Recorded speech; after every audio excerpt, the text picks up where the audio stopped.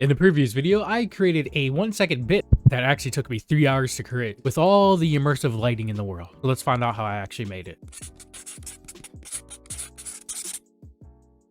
To start things off, I actually started tracing my own face so I could get the basic layout of where I want the positioning of the characteristics that I wanted to give myself as a more monstrous individual. It's just a rough area, like just mainly the outer side of the face so it fits over the image as just, but the inner sides of the face I decided to go with more of a cartoonish or anime-ish style, because hence my style is anime manga related, so I wanted to go with that. I decided to go in and start adding like veins and stuff, because before when I would draw creepy stuff in the past, I would draw a lot of like veins and stitches on the individual in question, so I wanted to keep that type of theme going on.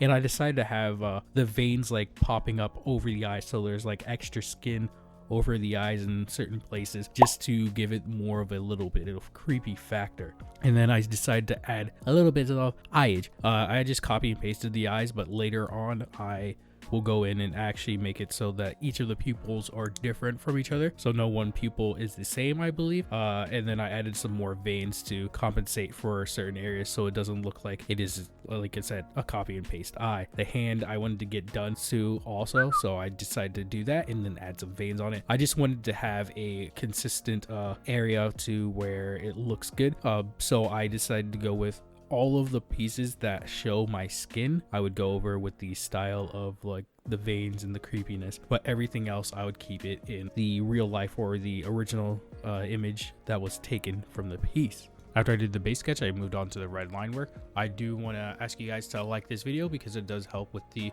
algorithm boost. It pushes it out to more people, and the more people get to see it, the more people might subscribe or like the actual video. And so yeah, interaction, engagement, and leave a comment if you can, saying something like "Wowie kablowie Batman, this is amazing," or anything related to this video, or something that you might want to see me draw in the future. I may or may not do those ideas, but it's always nice to see people engaging with the content. If you haven't already, also don't forget to subscribe and ring that bell icon so you can know when I post a video. If you guys want to see the original video where this piece was featured in for that 1-second bit, it will be in the top right corner of the screen, but only check it out after you watch this video in its entirety. Just like with any other piece of the more recent drawings that I've been making, the red line work is actually the final line work, so I take great detail and time to actually do the red line work, so I don't have to go back and waste more time doing another set of line work.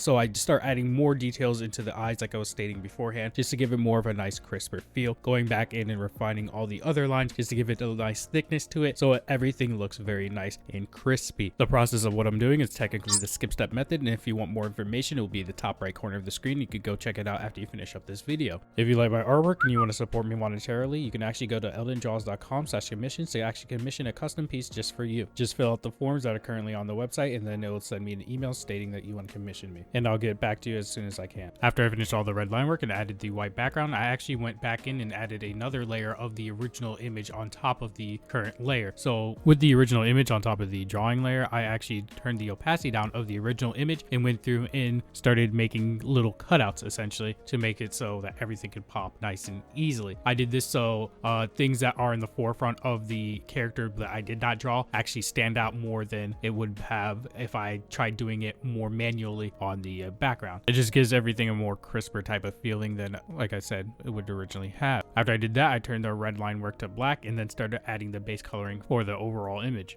Once the base layering is done, I actually go in and select the overall image, so where the coloring portions are currently at, and then I go in and start adding the shadowing. The shadowing, I do the more hard tone type of shadowing, so more harsher, so it's more of a straighter line or darker line, and then I go in and blend it in. I also start adding more reds and stuff like that to the overall image to give it more of a pop as I go in and start coloring it in the skin. If you want to know how I color more in detail, I actually have a video on it. You can watch it in the top right corner of the screen right now, but I digress. I actually go in and start adding more shines and everything to the piece to try to get it more popping, because there's a lot of veins and stuff like that. There's more shadowings going on that wouldn't necessarily be there in the original image, but I had to try to compensate for said shadows. It was a little bit harder, and then areas for shine was a little bit hard too, because it is a 3-tone system that I have in my room, or 3 lighting system I have in my room. So my right side is more of a white light, the left side is of a blue light and the back is of a purple magenta type of color. So I just kind of wanted to try to get that all into this piece as much as I could. So it was just a lot of me going back and forth with the toning and coloring and to try to get everything nice and crisp. One of the more difficult processes I had to deal with was trying to color in the hand. I had to get the lighting and everything correctly and all the shadows correctly. It just didn't feel correct as I was doing it until I did it later on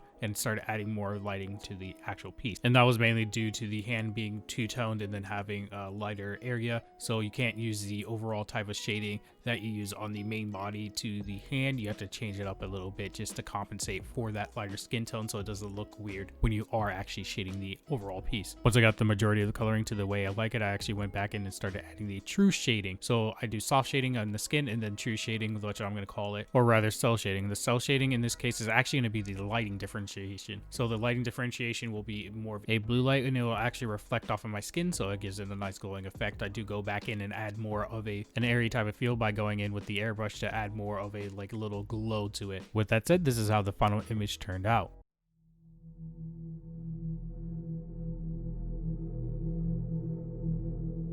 Right now I'm going to throw up the side by side of the original piece and then the edited piece where I did my drawing of, so you can see them both at the same time.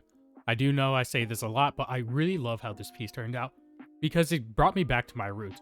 Just like how drawing comics is part of my roots, drawing horror stuff is also part of my roots. I used to draw a lot of creepy things when I was a kid, and I just really liked how they turned out.